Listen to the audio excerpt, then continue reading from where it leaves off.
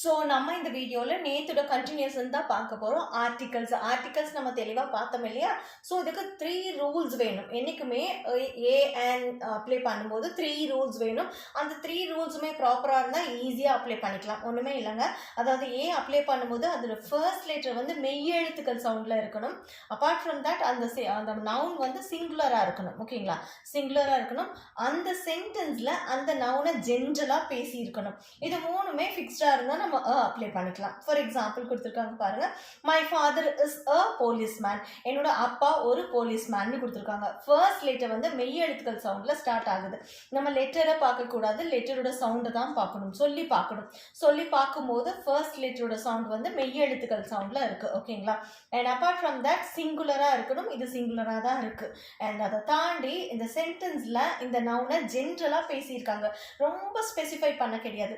Specify பண்ணும்போது மட்டுமே அந்த இடத்துல த யூஸ் பண்ணுவோம். ஓகேங்களா? த உங்களுக்கு நெக்ஸ்ட் கிளாஸ்ல சொல்லித்தரேன். ஸ்பெசிஃபை பண்ணும் பட்சத்தில் அந்த இடத்துல த யூஸ் பண்ணணும்.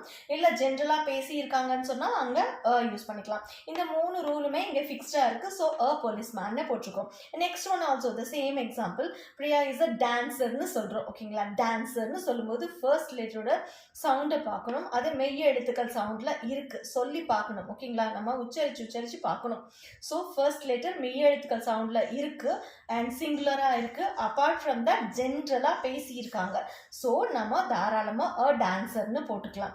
தேர்ட் ஒன்ல மட்டும் கொஞ்சம் வேரியேஷன்ஸ் இருக்கும். ஒன்றுமே இல்லைங்க. இந்த கேர்ள் இது நவுன் தானே, இந்த நவுனை பற்றி டிஸ்கிரைப் பண்ணி சொல்லியிருக்காங்க. ஓகேங்களா?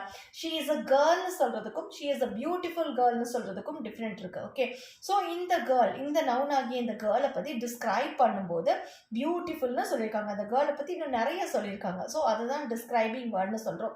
ஸோ அப்படி டிஸ்கிரைப் பண்ணும்போதுமே அந்த டிஸ்கிரைபிங் வேர்டுக்கு முன்னாடியும் நம்ம ஆர்டிகல்ஸ் அப்ளை பண்ணுவோம். எங்க பியூட்டிஃபுல் கேர்ள். ஓகேங்களா? ஸோ பியூட்டிஃபுல்னு சொல்லும்போது இது ஃபர்ஸ்ட் லெட்டர் மெய் எழுத்துக்கள் சவுண்டில் இருக்குது. அப்பார்ட் ஃப்ரம் தட் இது சிங்குலராக தான் இருக்குது. ஜென்ரலாக பேசியிருக்காங்க. ஸோ இது மூணுமே ஃபிக்ஸ்டாக இருக்குது. So we are writing your okay, she is a beautiful கேர்ள்னு சொல்லியிருக்கோம். ஓகேங்களா? நெக்ஸ்ட் கிளாஸில் ஆன் எப்படி அப்ளை பண்ணுறதுன்னு நான் தனியாக சொல்லித்தரேன். இதில் ஏதாவது உங்களுக்கு டவுட் இருந்தால் கமெண்ட் பாக்ஸில் கமெண்ட் பண்ணுங்கள். இனிமேல் சேனலை சப்ஸ்கிரைப் பண்ணாதவங்கள சப்ஸ்கிரைப் பண்ணிக்கோங்க. தேங்க்யூ.